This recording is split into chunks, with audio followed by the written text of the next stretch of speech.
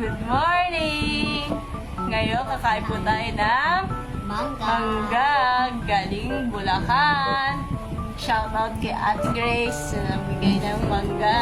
Thank you. Ang laki niya guys. Ito, para siyang Kasing laki ng- mango.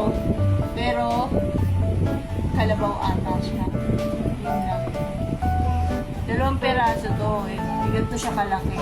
Tapos, nagbalat na kami na isa. Birata na namin yung isa. Ito na yan. Kainin na. Wait lang. Nagluto nga rin pala ako ng bagoong. Oo. Hala, kalain na nila. Guys, maasim ng konti. Hi guys. So,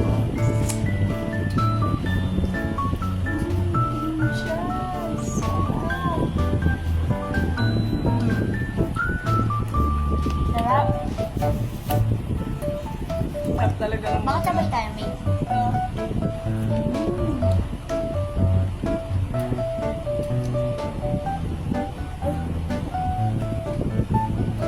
Pero marami siyang laman. Kasi tingnan niyo yung buto niya.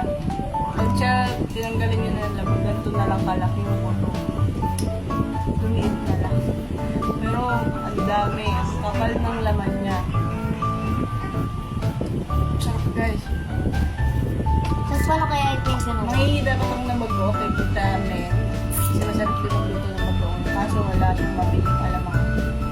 Dito na lang ako nagluto sa bahay ng mag-o. Kain tayo!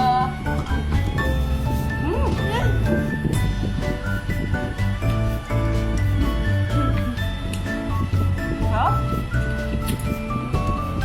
Uy, ayaw kasi anak.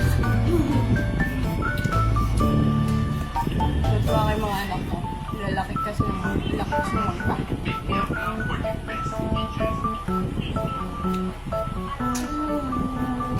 Lucas daw gusto niya itong mangga.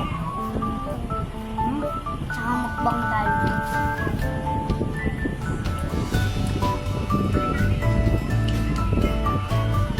Pag talaga umuwi kang Bulacan, kapag tagmangga, nangingi kami ng mangga to.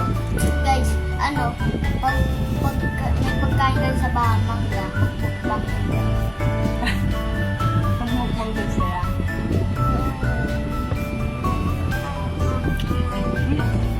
Mati-mati? Eating mangga? Dahil guys? Open your mouth.